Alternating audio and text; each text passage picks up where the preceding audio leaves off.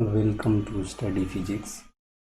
आज के लेक्चर में हम लोग एक नया चैप्टर स्टार्ट करने वाले हैं जो है हमारा गॉस लॉ।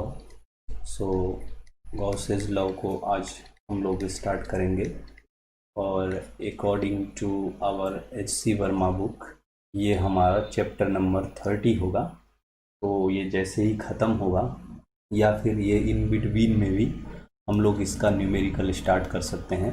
तो अब हमारा नेक्स्ट गॉस लॉ और इनका न्यूमेरिकल होगा। तो आइए हम लोग देखते हैं गॉस लॉ चैप्टर में हम लोगों को क्या क्या पढ़ना है। तो गॉस लॉ हम लोग क्यों पढ़ते हैं? क्योंकि हमें गॉस लॉ के कुछ एप्लीकेशंस को गॉस लॉ को यूज़ करके मीन्स इस लॉ के एप्लीकेशन को यूज करके हम कई सारे चीज़ों के बारे में पढ़ते हैं। जैसे हम लोग गॉस लॉ की स्टडी करते हैं टू कैलकुलेट द फ्लक्स। सो हम फ्लक्स का आइडिया करने के लिए गॉस लॉ को यूज़ करते हैं। साथ ही हम ये भी देखेंगे कि इस फ्लक्स के इक्वेशन में हम इलेक्ट्रिकल फील्ड को भी देखते हैं। सो हम फ्लक्स का आइडिया करने के लिए, इलेक्ट्रिकल फील्ड का आइडिया करने के लिए हम गॉस लॉ का यूज़ करते हैं। और हम बहुत बारीकी से जानते हैं कि अगर हमें एक बार इलेक्ट्रिकल फील्ड का आइडिया होता है किसी एक पॉइंट पर because of some source charge और कोई अदर सोर्स की वजह से, अगर हमें उस पॉइंट पर इलेक्ट्रिकल फील्ड मिल जाता है तो हम उस पॉइंट पर पोटेंशियल भी कैलकुलेट कर सकते हैं, जो कि हमने इलेक्ट्रिकल फील्ड और पोटेंशियल चैप्टर में देखा था। सो इस प्रकार गॉस लॉ हमें कितनी सारी चीज़ों के बारे में इंफॉर्मेशन दे सकता है। देखिए कितना इम्पोर्टेंट है हमारे लिए। ये फ्लक्स का आइडिया करा सकता है, फील्ड का आइडिया करा सकता है, पोटेंशियल का आइडिया करा सकता है। So using this Gauss laws application we can find flux, electrical field, potential और भी हम लोग कई चीज़ों को केयर कर सकते हैं। सो जनरली अब हम लोग इसको देखकर, इस फ्लक्स को देखकर हमारे मन में एक ख्याल तो आता ही होगा, वो है क्या, E=-NdΦ/dt। अब ये कितना इम्पोर्टेंट है हमारे लाइफ में ये तो हम सब समझ ही रहे हैं। सो हम गॉस लॉ के एप्लीकेशन से क्या क्या आइडिया करने वाले हैं, एक छोटा मोटा हम यहाँ पर एक चेकलिस्ट बना लिए हैं इन सब चीज़ों से। सो गॉस लॉ को यूज़ करते हुए हम इन सारी चीज़ों का आइडिया ले सकते हैं। तो जस्ट ये हमारा पॉइंट्स था कि हमें इनमें क्या क्या आइडिया करना है। तो just now let us start our. So Gauss's law को पढ़ने से पहले हम लोगों को जो सबसे पहला चीज़ केयर करना चाहिए या पढ़ना चाहिए वो हो सकता है हमारा इलेक्ट्रिक फ्लक्स। तो हम लोग देखेंगे ये इलेक्ट्रिक फ्लक्स जनरली जो फाई से डिनोट किया जाता है वो क्या होता है। तो जो इलेक्ट्रिक फ्लक्स होता है वो इलेक्ट्रिकल फील्ड का ही एक प्रॉपर्टी होता है। दैट मीन्स व्हाट, कि जो इलेक्ट्रिकल फ्लक्स होता है उसको हम कह सकते हैं कि वो इलेक्ट्रिकल फील्ड में ही पाया जाता है। तो हम लोग इसको कह सकते हैं क्या, electric flux is the property of electric field का ही प्रॉपर्टी होता है इलेक्ट्रिक फ्लक्स, जिसको कि हम लोग इस तरह से समझ सकते हैं। जैसे देखिए, दैट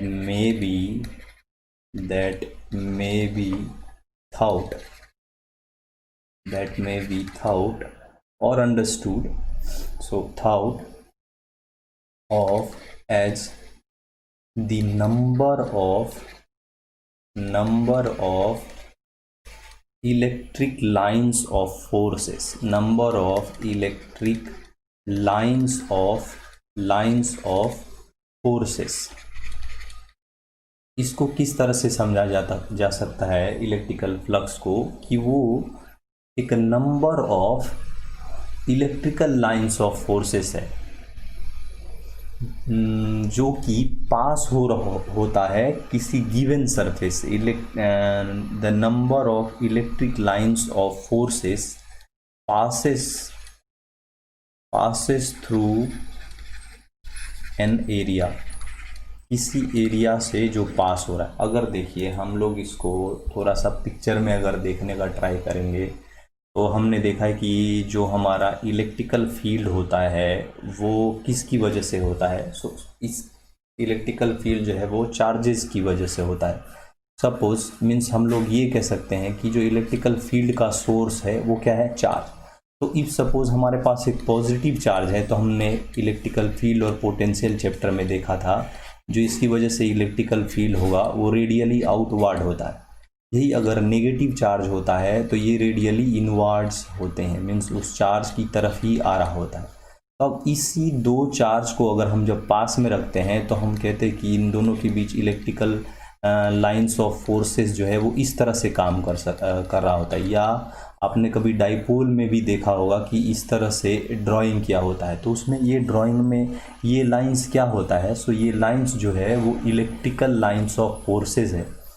और आप कभी इस तरह की चीज़ को मैग्नेट में नोटिस किया होगा, ये नॉर्थ पोल और ये साउथ पोल, तो यहाँ पर से भी सेम ही कुछ लाइंस जो होते हैं वो पास हो रहे होते हैं from north side to south side. तो ये इस तरह से ही ये भी जो है वो लाइंस ऑफ फोर्सेस ही है। मतलब अगर आप इसको देखने के लिए चाहोगे तो जब आप दो मैग्नेटिक पीसेस को थोड़ा क्लोज लाते हो या थोड़ा छोटे से सेपरेशन पर रखते हो तो वो दोनों आपस में अट्रैक्ट करते हैं। क्यों? Because of these lines of forces. ये फोर्स इसको और इसको मीन्स ये दोनों आपस में अट्रैक्शन फील करते हैं because of these lines of forces.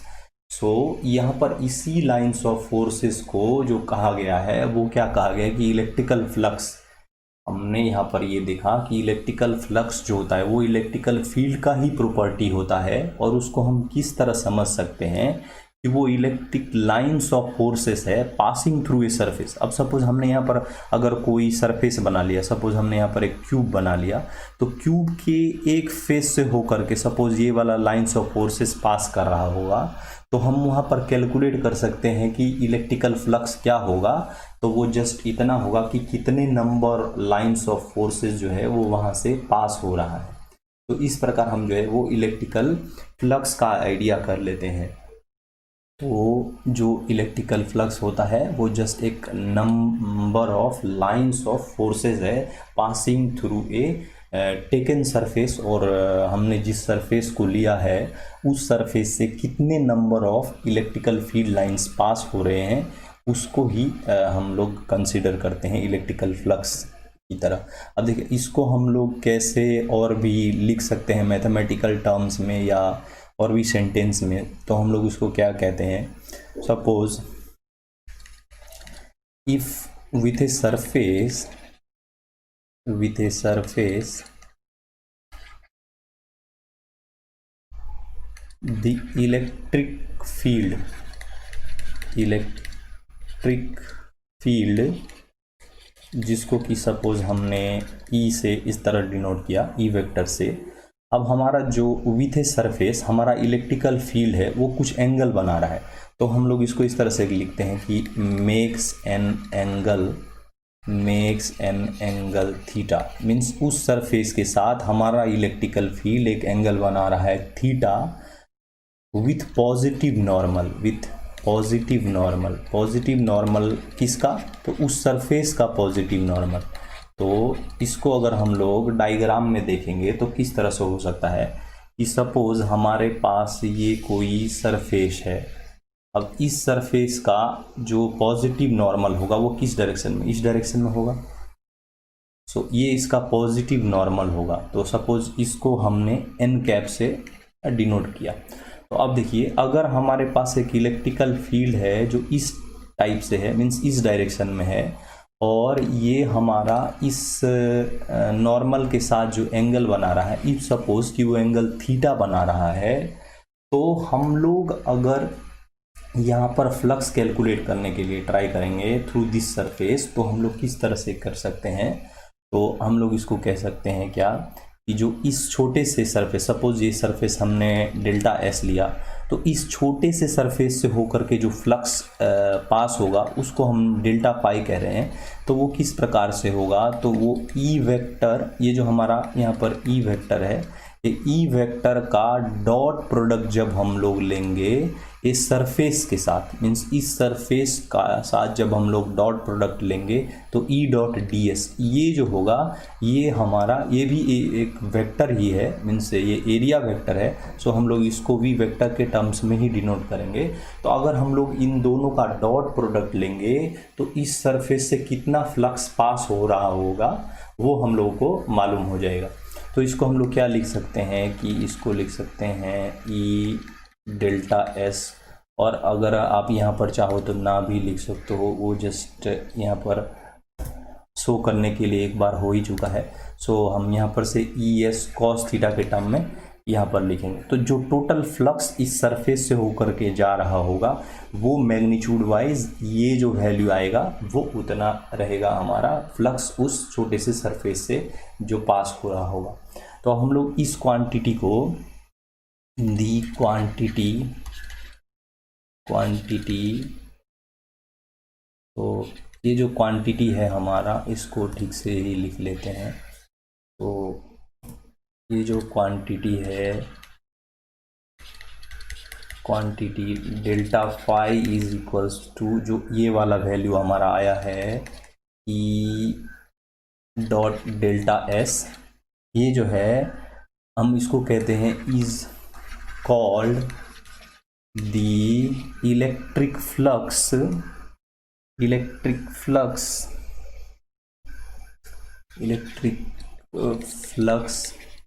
passing through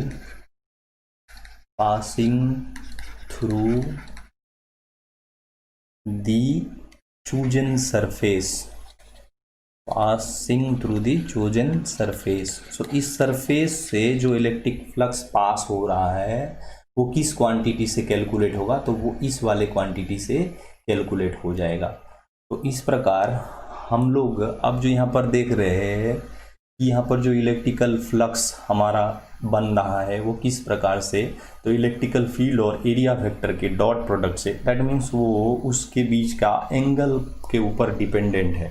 तो अब इसमें से अगर हम लोग एंगल को केयर करते हुए कुछ केसेस देखेंगे तो वो किस प्रकार से हो सकता है। तो देखिए, अगर केस 1 हम लोग कंसीडर करें, जब इन दो के बीच का एंगल दैट मीन्स हमारा अगर थीटा सपोज π/2 है, तो उस कंडीशन में क्या होगा, जैसे देखिए हमारा थीटा π/2 हो जाएगा तो ये जो है इलेक्ट्रिकल फ्लक्स का वैल्यू cos थीटा के ऊपर डिपेंडेंट होगा, तो cos 90 जीरो हो जाएगा। तो उस इंस्टेंट हमारा जो फाई का वैल्यू आएगा that will be zero.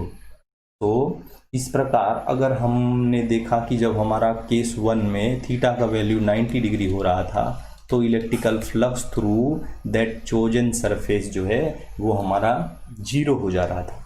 Next instant अगर हमने थीटा को जीरो लिया, अब देखिए जब हम लोग थीटा को जीरो लेंगे तो वो कौन सा कंडीशन होगा, हमारा इलेक्ट्रिकल फील्ड और जो नॉर्मल होगा इस सरफेस का वो दोनों सेम डायरेक्शन में होगा। और जो हमने इससे प्रीवियस केस लिया था मीन्स केस 1, उस इंस्टेंट हम क्या कर रहे थे, इस थीटा को 90 डिग्री ले रहे थे। तो उस इंस्टेंट ये क्या हो रहा था, parallel to the area vector ये हो रहा था। अभी ये नॉर्मल जो होता है वो एरिया वेक्टर का परपेंडिकुलर होता है, तो अभी के केस में जो हमारा इलेक्ट्रिकल फील्ड है वो परपेंडिकुलर है टू द एरिया वेक्टर, पर प्रीवियस केस में हमारा जो इलेक्ट्रिकल फील्ड था वो parallel to the area vector हो रहा था। सो इस सिचुएशन में जब हमारा angle theta is equals to zero है, दैट मीन्स हमारा इलेक्ट्रिकल फील्ड जो है वो perpendicular to the area vector है। तो इस इंस्टेंट अब यहाँ पर देखिए इस वाले इक्वेशन को अगर केयर करेंगे तो ई delta S cos theta cos zero, so cos zero will be 1। तो इस इंस्टेंट जो फाई का वैल्यू आएगा वो हमारा हो जाएगा, यहाँ पर हम डेल्टा फाई का ही अभी चर्चा कर रहे हैं, सो डेल्टा फाई ही लिखेंगे।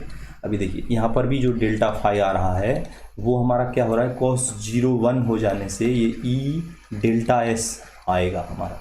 सो हमने देखा जब हमने फर्स्ट कंडीशन में π/2 लिया, सेकंड कंडीशन में 0 लिया, अब थर्ड कंडीशन में हम लोग अगर थीटा को 180 डिग्री कर लेंगे, सो थीटा अगर हमारा 180 डिग्री हो जाएगा तो जो डेल्टा फाई का वैल्यू आएगा ये देखिए हमारा क्या हो जाएगा, सो cos 180 degree will be -1।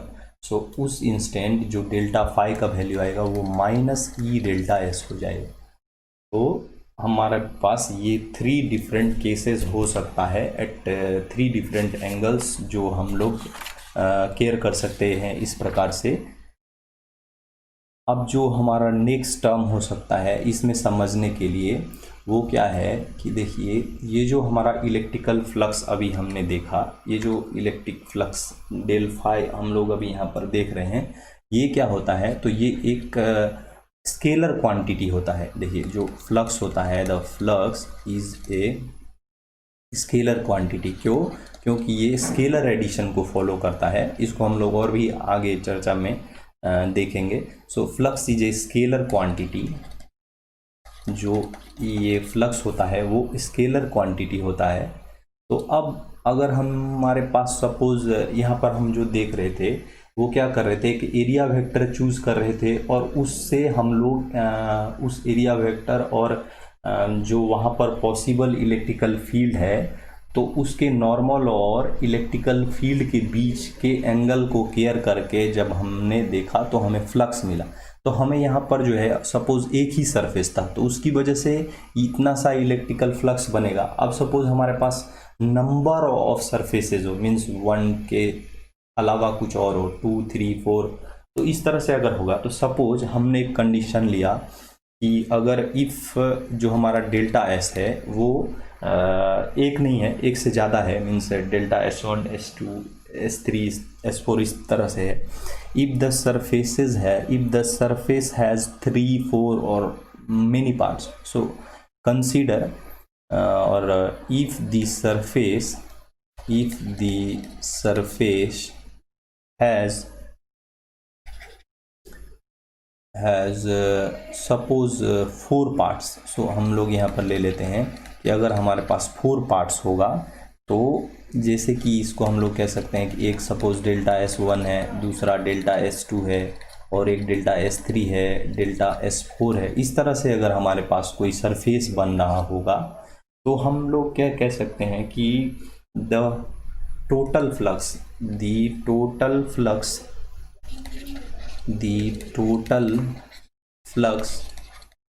will be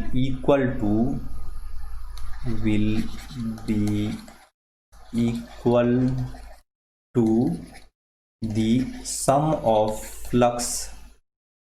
fluxes passing through